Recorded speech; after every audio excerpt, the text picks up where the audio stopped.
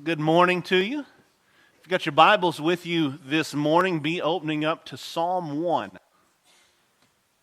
Psalm 1, that is where we're going to find a beginning place for our study together this morning. Thank you so much for being here. We have visitors in our audience. We are thankful that you're here.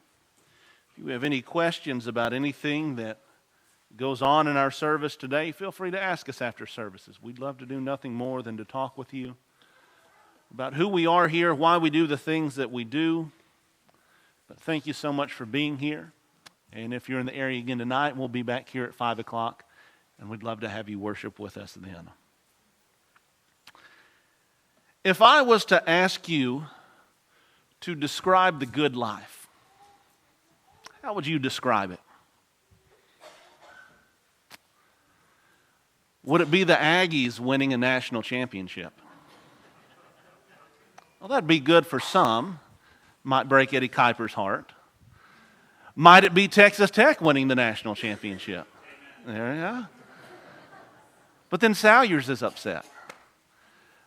Maybe it's having a carbuncle-colored Cadillac. Maybe that's what the good life is.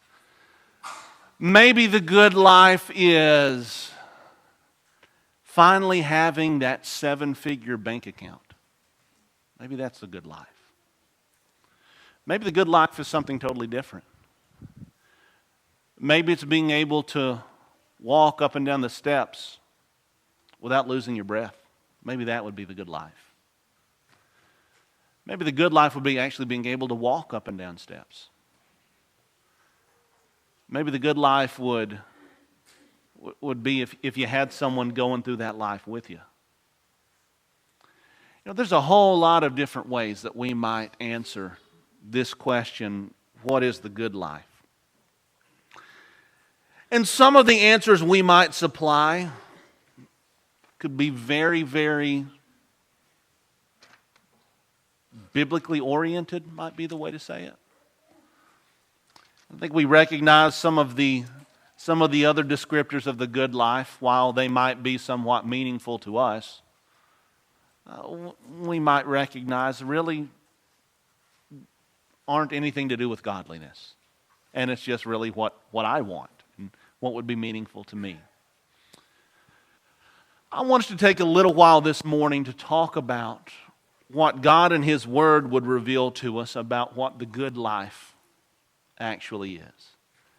How is it that you and I can live a blessed life today?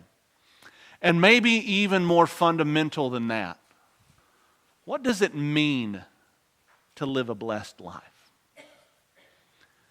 I think you would probably agree with me when I say that our society doesn't really have a clue as to what happiness truly is. It's one of those words that we use often, but I'm pretty well convinced it's one of those words we use a lot, but we don't ever sit down to define, and it's to our peril that we don't define it.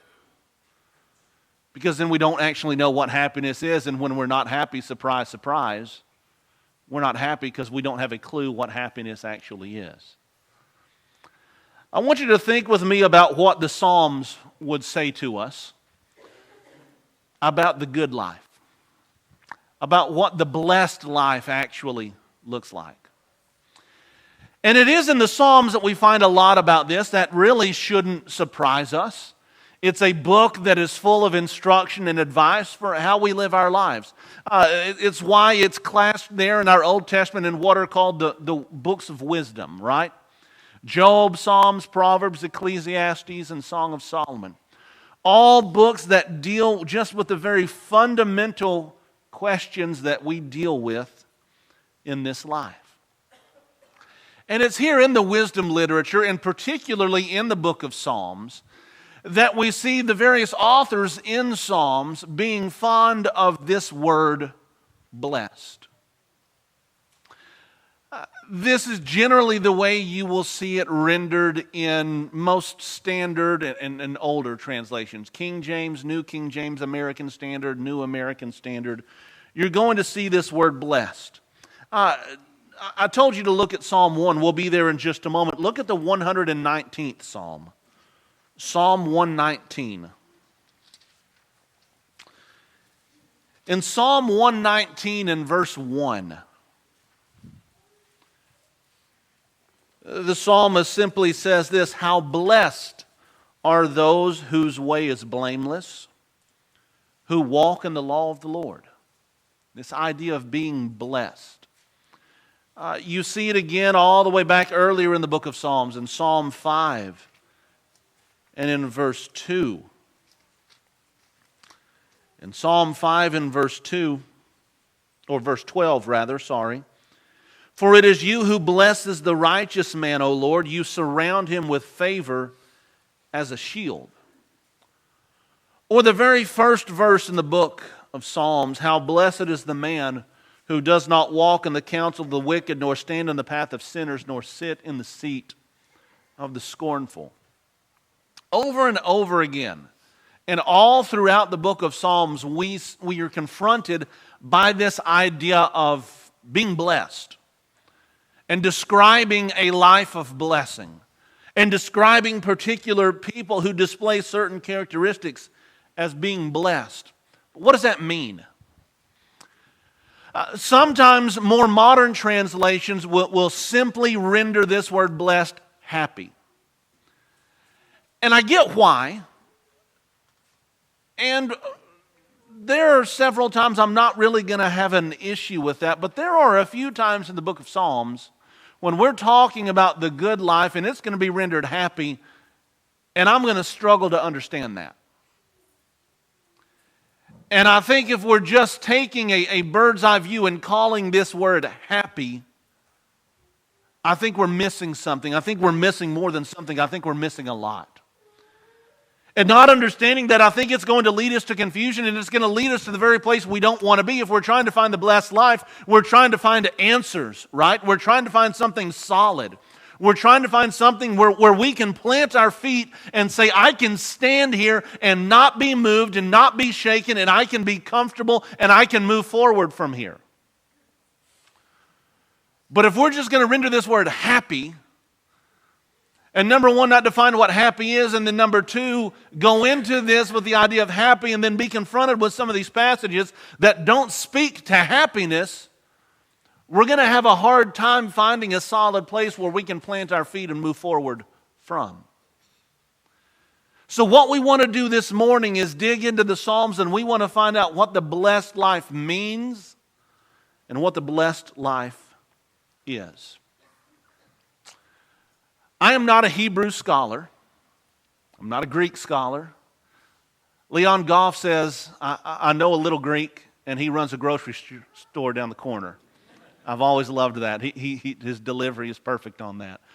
But there are times when doing just a little bit of light work in some of these original biblical languages can help us immensely. But sometimes it's really difficult to know where to start. Sometimes it's difficult to even know the kind of sources to use to do this. I think we recognize that while we're reading the Old Testament in English, the Old Testament was not written in English, right? Primarily written in Hebrew. And while we might use an English word to translate a Hebrew word, we recognize multiple English words might be used in translating one Hebrew word, or multiple Hebrew words might be translated by one English word. And that is the case here with the word blessed. There are two primary words in the Old Testament, in Hebrew, that are translated by our English word blessed. The first is this word Barek. You see it, we read it in Psalm chapter 5 and verse 12. "For it is you who blesses the righteous man, O Lord." In the 18th Psalm, Psalm 18 and verse 46, "The Lord lives, and blessed be my rock, and exalted be the God of my salvation." You see it also, though, outside of the book of Psalms, in the book of Genesis. I do want you to look at this one with me. Look at the book of Genesis in chapter 12. Genesis chapter 12, verses 2 and 3. Do you remember when God is speaking to Abraham here? Genesis chapter 2, beginning in Genesis chapter 12, beginning in verse 2. Génesis capítulo 12, verso 2. And I will make you a great nation, and I will bless you. Barek, I will bless you and make your name great, and you shall be a blessing. I will bless those who bless you. I will curse the one who curses you. And in you, all of the families of the earth will be blessed. Barek. Okay, this is this word. Okay, you see it in Psalms, you see it in Genesis, you see it in Deuteronomy. The idea behind this word Barek is initiating, inaugurating, or effecting favor. Cause and effect, right? This is the person who is being given something that blesses them. I will bless him who blesses you. I will curse him who curses you. And in you, all of the families of the earth will be blessed. The idea oftentimes of something being given as a blessing. My car is broke down. I need a ride. You gave me a ride. You have blessed me. The idea of the Hebrew word berech here. But then there's another Hebrew word that you see throughout the book of Psalms and throughout the Old Testament, also translated blessed. It's this Hebrew word Esher. Look at Psalm 1 that we read just a moment ago. Right, as you read Psalm 1, we don't walk away with the idea that something is being given necessarily. You're not giving a ride, you're not giving food, you're not giving in that sort of way. It's blessing in a different sense. How blessed is the man who does not walk in the counsel of the ungodly, nor stand in the path of sinners, nor sit in the seat of the scornful. And we'll look at these other passages in the Psalms a little bit later. Look at 1 Kings chapter 10. 1 Kings chapter 10. Primero de Reyes, capítulo 10, verso 8. 1 Kings chapter 10 and verse 8. Where the queen of Sheba praises Solomon.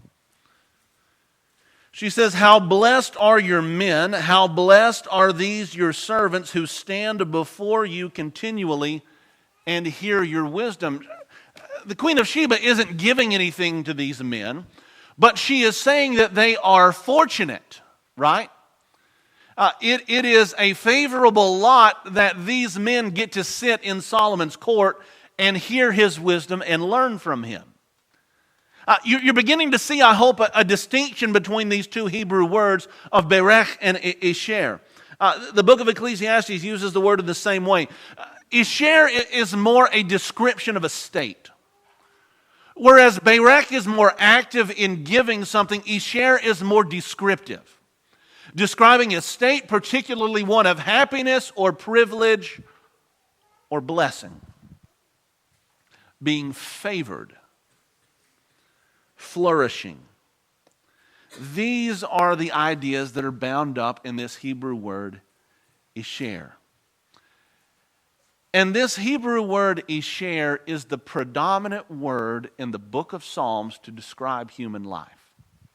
That when we are seeing descriptions in the book of Psalms of something or someone being blessed, more often than not, it is Esher and not Barek.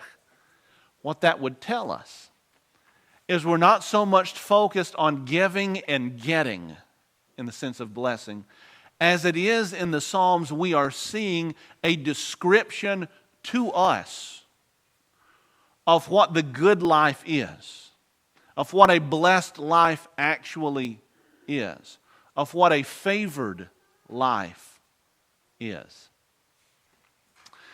This is the word that is found over and over again in Psalms. It is not do blank and God will bestow blank upon you. That's Barek. And that's not the word that we're seeing here. But it's this word Esher. Esher is this divine observation of what is truly the good, blessed, flourishing life.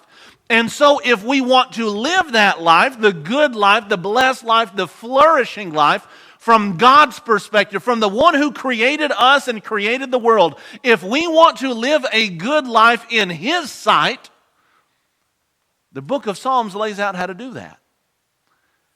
how we can live the kind of life that God calls the good life. Well, what is that life?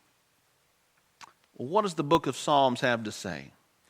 Start back with me in chapter 1 and verse 1. Capítulo 1, verso 1. Psalm 1 and verse 1. And as we talk about this Esher, as we talk about this blessed life, the blessed life starts out at the very beginning of the book of Psalms. God is telling us, here is the good life. We walk into the Psalms. We reach up into the library, we pull down the book of Psalms, we open it up, and the very first word we encounter is what? Blessed, Esher. God is telling us this is the kind of life that brings meaning and purpose and stability and peace and flourishing.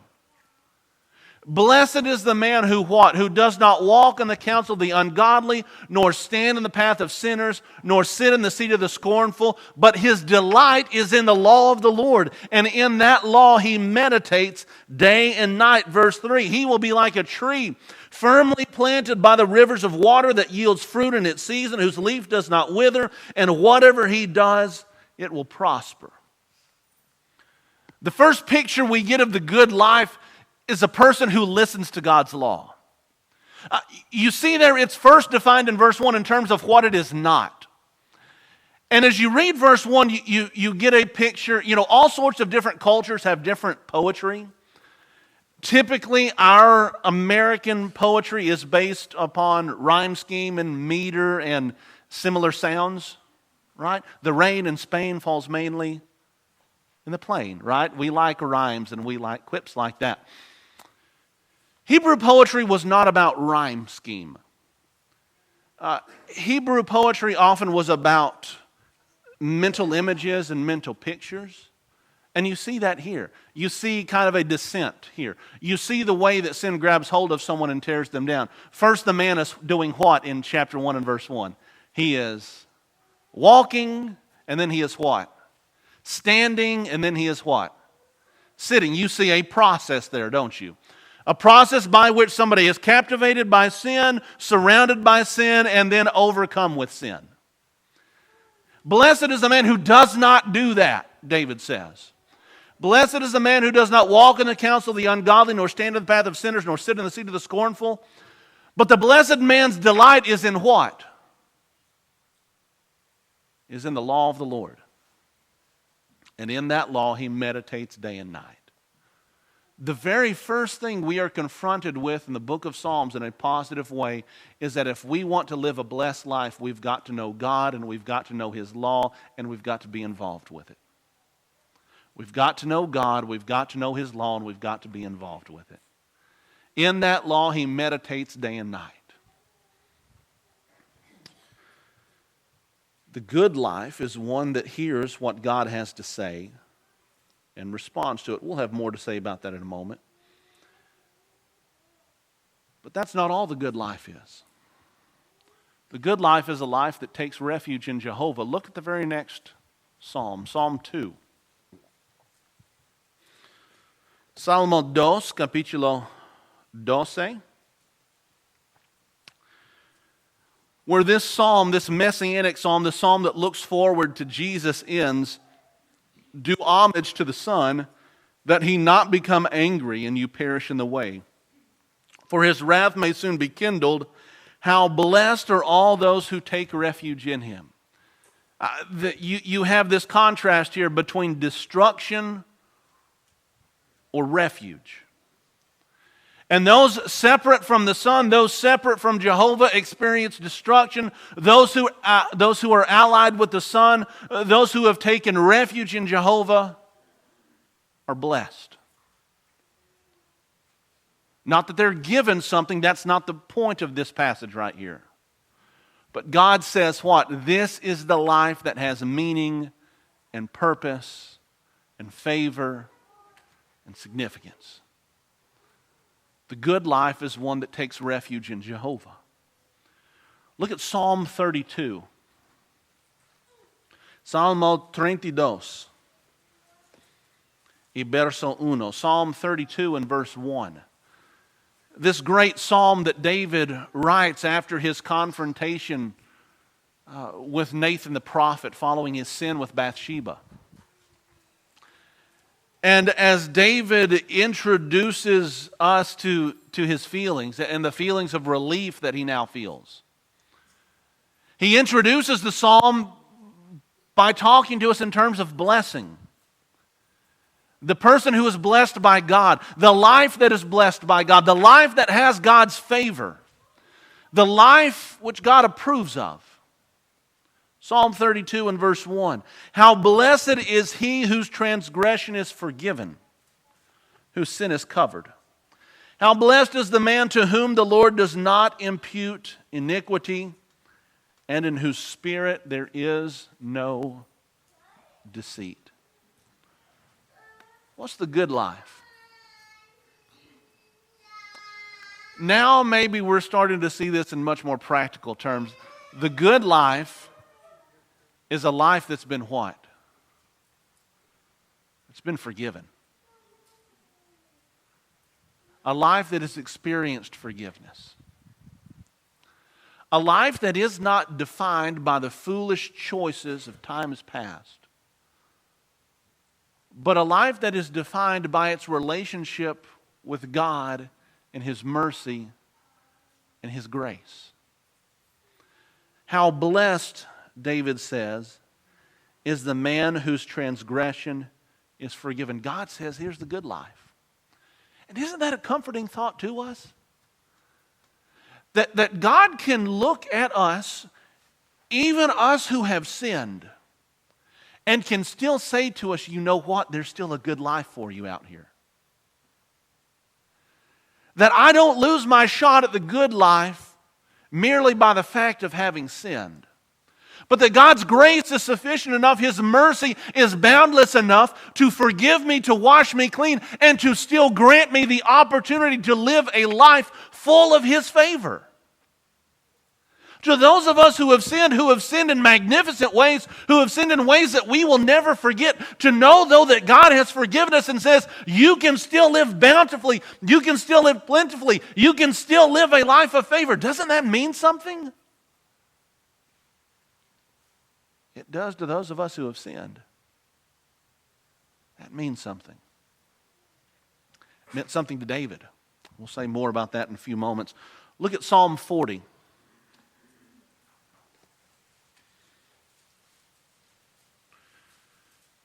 Salmo 40, verso 4. Psalm 40 and verse 4. The good life is a life which trusts God. Chapter 40 and verse 4, how blessed is the man who has made the Lord his trust, and has not turned to the proud, nor to those who lapse into falsehood. Go back to verse 1 and you get more of a context here. I waited patiently for the Lord, and He inclined to me, and He heard my cry. He brought me up out of the pit of destruction, out of the miry clay, and He set my feet upon a rock, making my footsteps firm. He put a new song in my mouth, a song of praise to our God. Many will see and fear and will trust in the Lord. How blessed is the man who has made the Lord his trust, who has not turned to the proud, nor to those who lapse into falsehood. Many, O Lord my God, are the wonders which you have done, and your thoughts towards us. There is none to compare with you. If I would declare and speak of them, they would be too numerous to count. Do you get the picture he's laying down here? Where is he in verse 1? As he is waiting patiently for the Lord, where is he? He's in the pit. He's in the miry clay. He has no stability. His feet are slipping. He is waiting for God. But he is waiting for God with the promise and the understanding that what? If I put my trust in God, God will what? God will answer. God will hear. And God will be there for me.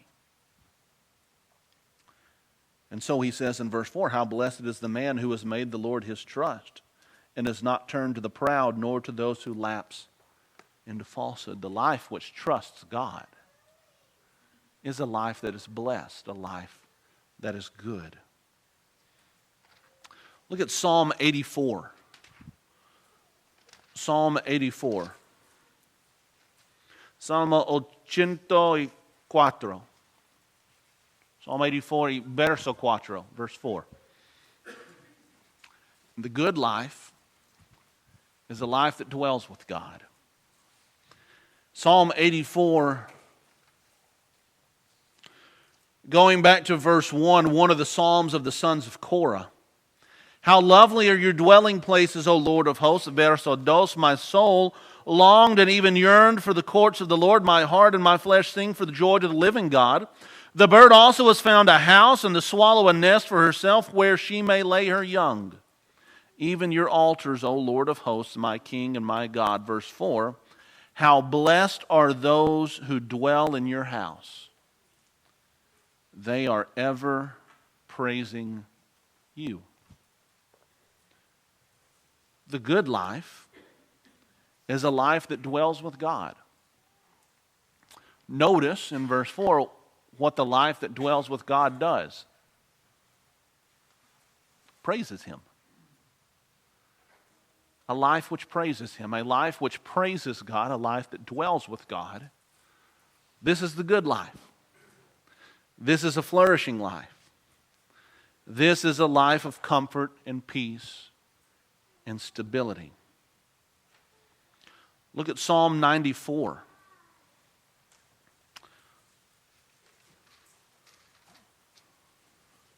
This might strike us a little strange. But Psalm 94, the life that trusts God is blessed. The life that dwells with God is blessed. The life that hears the law of God and meditates upon it is blessed. But here's our same Hebrew word we've seen all along, Esher. That we saw back in Psalm 1, that we see in Psalm 119, that we've seen in all of these Psalms up to this point, Psalm 32, Psalm 84. Same word in Psalm 94 and verse 12, verso 12. Blessed is the man whom you chasten, O Lord, and whom you teach out of your law. You know, the Hebrew writer kind of picks up on this in the New Testament, doesn't he? No chastening in the moment seems to be enjoyable, but afterward it yields the peaceable fruit of righteousness. It's almost like the writer of Hebrews, Hebrew word here, almost seems like he has this very verse in mind. That there is blessing even when we are chastened by God, when we are challenged by God.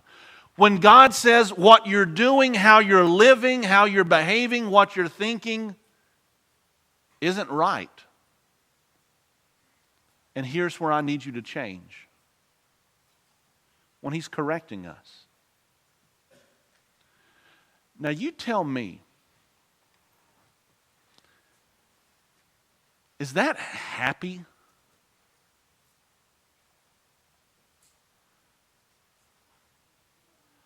I can remember I've been in one fist fight in my life. And it was with Clay Perry, who is now a deacon. And it was in the church parking lot Sunday morning after services. To this day, neither Clay nor I know why we threw punches. But Clay drugged me out of my friend's car, punched me in the stomach, and I slugged him in the jaw. And then a deacon ran over and broke it up. And we got the whole speech, boys, what do you think you're doing? What kind of example does that set out there for all the cars who were driving by? They were driving by at 55, nobody saw. But what kind of example does that set? You ought to be ashamed of yourself, shake hands and be nice. Okay, we make up and all of that. Tyler goes back in the church building and doesn't say a word to nobody. I'm not getting in trouble. And we get in the van. It was back in the van days. We get in the van, and we are about to drive off of the driveway and turn onto Highway 65 and head home. And I'm like, oh, sweet home, come on. And I look in my parents' rearview mirror, and I see a deacon in a trench coat running up to our window. And I'm like, oh, can I just sink into this seat, please, and be absorbed by it? And he knocks on my parents' window. And I'm like, Dad, just go. Punch it and go. Window rolls down.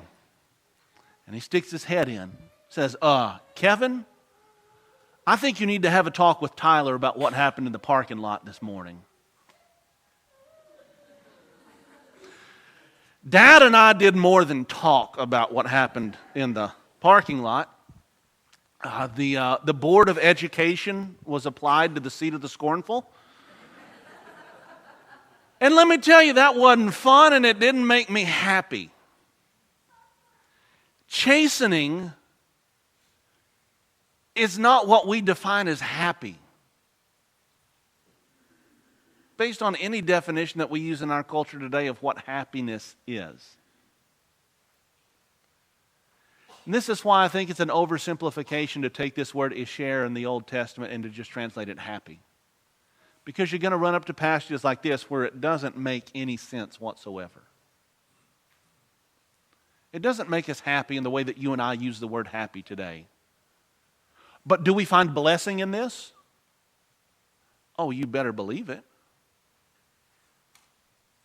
Do we find in correction things in our life that were wrong being set right? Yeah, and that doesn't feel good in the moment, but do we find blessing in it? Do we find peace in it? Do we find favor in it? No, we do that. This is God telling us that this is the kind of life to focus on. This is the kind of life to seek after. This is the kind of life that is going to be meaningful, that is going to cause you to flourish, that is going to see you succeed in life, not necessarily in the world's eyes, but in the eyes of the only person that actually matters. God says, you live this way, and I stamp my approval on you. And boy, if we've got that, isn't that all that we need? The 119th Psalm that we read just a moment ago.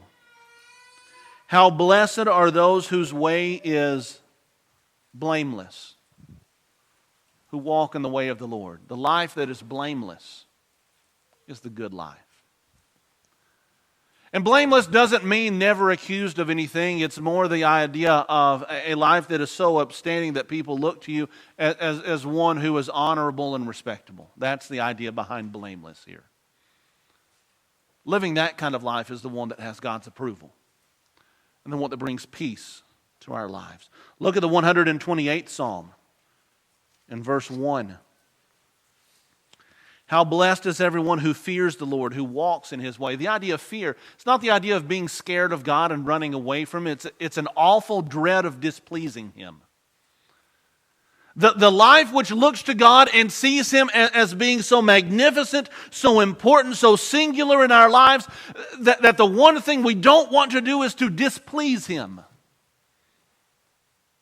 That's the life that fears God. And to live in that way, to choose that course of life, God says is the course of life that brings blessing.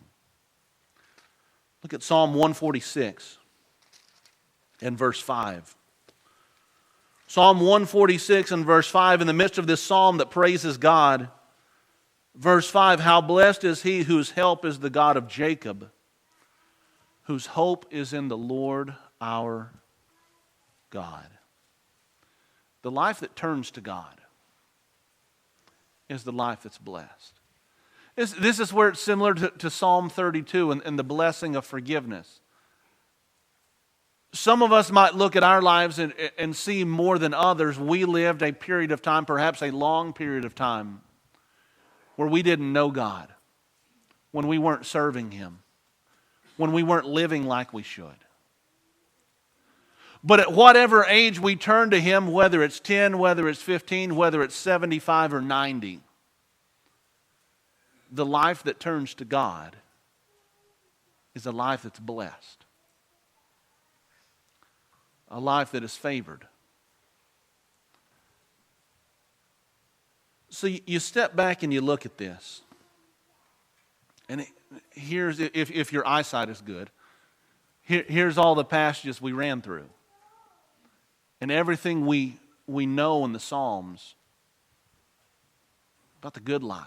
There are many, many more instances of this word Esher. But let me ask you this, how should we understand blessed? What does it mean to be blessed? What is the good life in Psalms? Well, here's what we see. Number one, it's not happy, right? We've made that point in Psalm 94 and verse 12 where we talk about the chastening of God. But look at Psalm 34. Look at Psalm 34. Where we're going to see this word Esher used again. Psalm 34. Look over here at verse 8. Psalm 34, verse 8. Oh, taste and see that the Lord is good. How blessed is the man who takes refuge in him. I say, well, what's not to be happy about that? Why is one having to take refuge in God in this context? And let's look and see. Verse 4, verso 4. I sought the Lord, and he answered me and delivered me from all my what? Fears. They looked to him and were radiant, and their faces will never be ashamed. The poor man cried, and the Lord heard him and saved him out of all of his troubles. The angel of the Lord encamps around those who fear him and rescues him. That language of the angel of the Lord encamping around, does that not bring to mind the stories of Israel who were being persecuted and undergoing hardship? God rescued them. In those moments, were they happy? Now, they were happy God was there, and they were happy God was taking care of them. But everything that leads up to that? No. This word happy is too much of an oversimplification, not to mention it's not defined very well. What is the good life? What have we seen?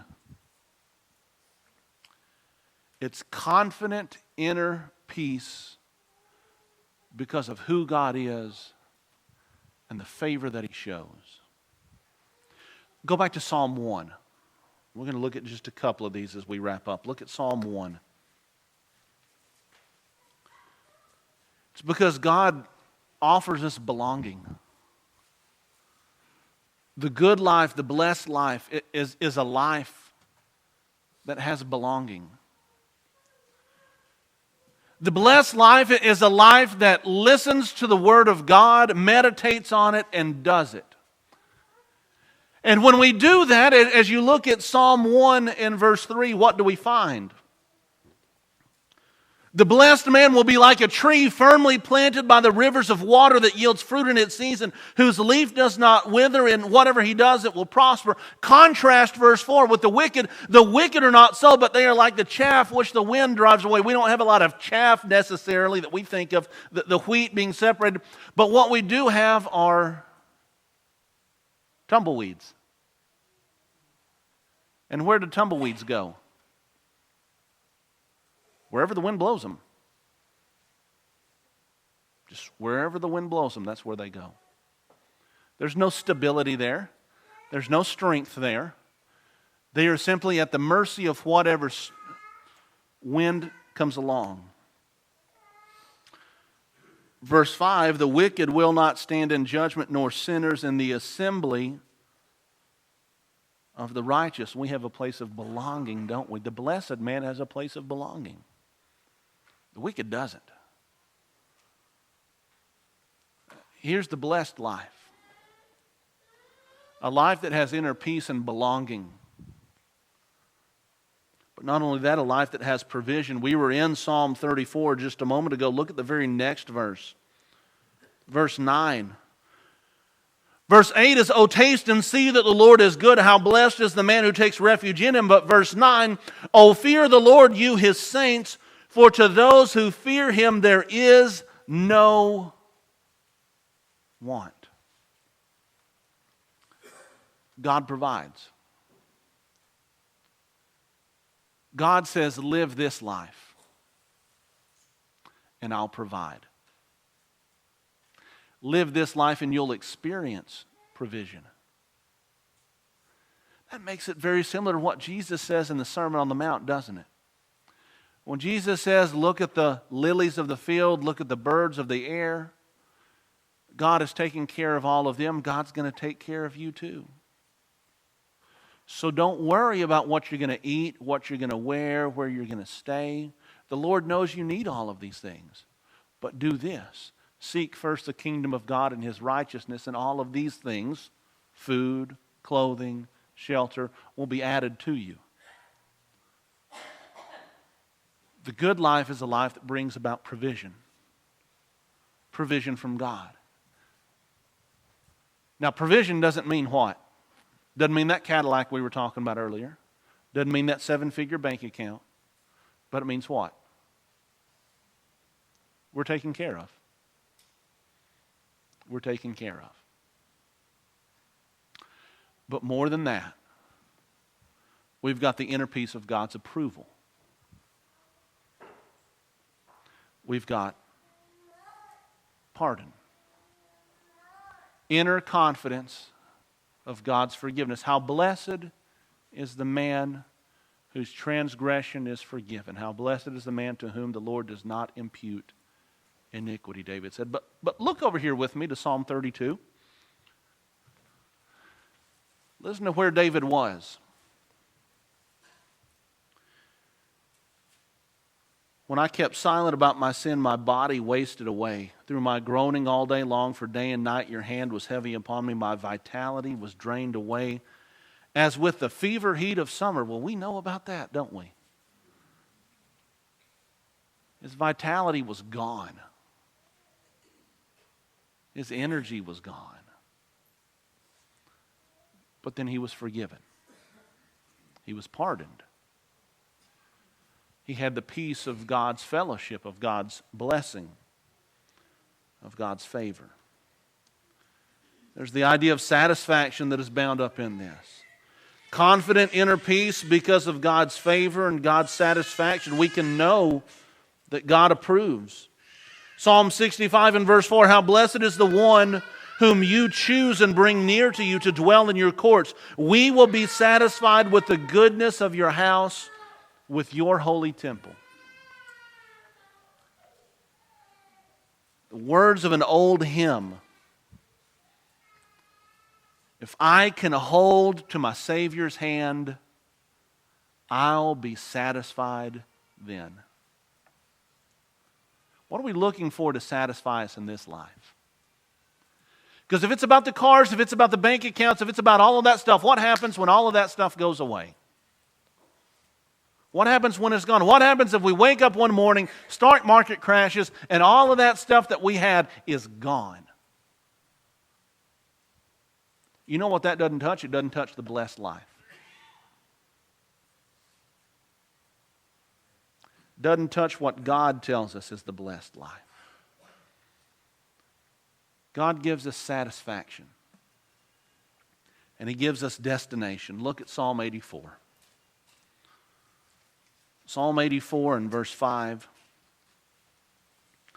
How blessed is the man whose strength is in you, in whose heart are the highways to Zion. God gives us destination. He gives us hope of something beyond this life. Now, I recognize Zion would have meant something specific to them, but when we talk about Zion today, we picture what? We picture victory in heaven. And isn't that what this psalm is speaking to, ultimately, that mentality? The idea that God provides stability, He provides destination. He provides for us everything that we need to flourish in this life. It's not about cars or real estate or bank accounts or anything like that, but what it's about is an inner comfort. we don't see anyone struggle like the person who struggles within themselves. But what a blessing that we have a God who can let us put our heads on our pillows at night and sleep soundly in the comfort of His grace and mercy and forgiveness. So you tell me what the good life is. And it's got nothing to do with wealth or privilege or popularity. And when we're talking about what we have this morning, this Hebrew word Esher that we've been looking at this entire time, all of those references in Psalms have all been that Hebrew word Esher. It's not focused on receiving specific acts of favor from God in response to my personal service. I do this and God says, I'll give you that. That's not what Esher is about. But even if we don't get that bank account, if we don't get that car, even if we don't get that spouse, whatever it might be, God says we can still be blessed. A flourishing life of confident inner peace, springing from my submission to the will of God. I know God, I seek God, I hear God, I trust God. These are the hallmarks of the good life. So let me ask you this. What does my view of the good life look like when I lay it down next to God's view of the good life? When I say, here's what I think the good life is. And when I lay it down next to these passages in Psalms and God says, this is what the good life is, how do these two measure up? And if this one over here is out of balance, let's bring it back where it needs to be. Let's let God have the final say.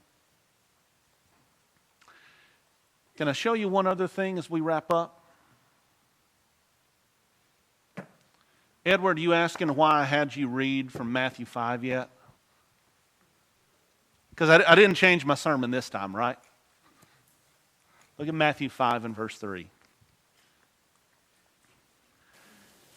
Matthew chapter 5 and verse 3. I know none of you would ever say this, but there might be somebody out there in the deep recesses of YouTube watching this years down the road. You say, yeah, Tyler, that's all great and good and everything, but that's all Old Testament. Which, by the way, you all stayed awake and this was an Old Testament sermon. I got you. It's all Old Testament. Okay. But look at Matthew chapter 5 and verse 3. What does Jesus give us starting in verse 3 going down through about verse 12? If you had any good Bible class teacher at all when you were growing up, these are the what? These are the Beatitudes, and you had a little bumblebee on the wall somewhere, right, with all the Beatitudes under it, okay?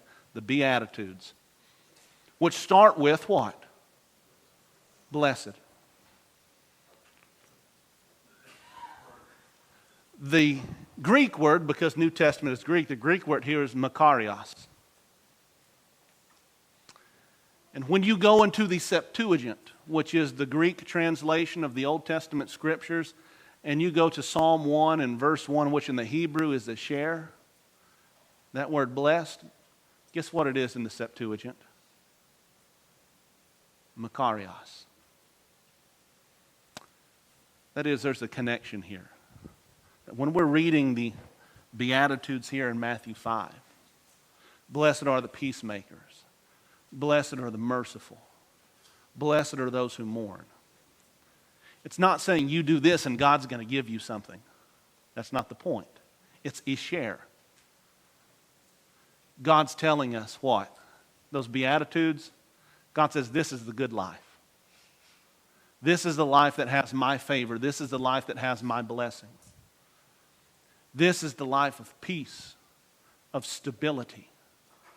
Because how does that life end? Remember, now this is what Edward read for us. Matthew chapter 5, how does this end? Verse 11, blessed are you when men revile you and persecute you and say all kinds of evil things against you falsely on account of me. Rejoice and be glad. Why? Because you've lived the blessed life. And how does the blessed life end?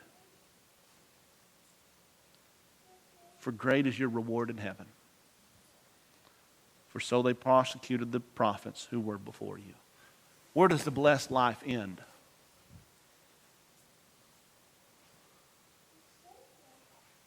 Where the steps of Jesus end at the throne of God.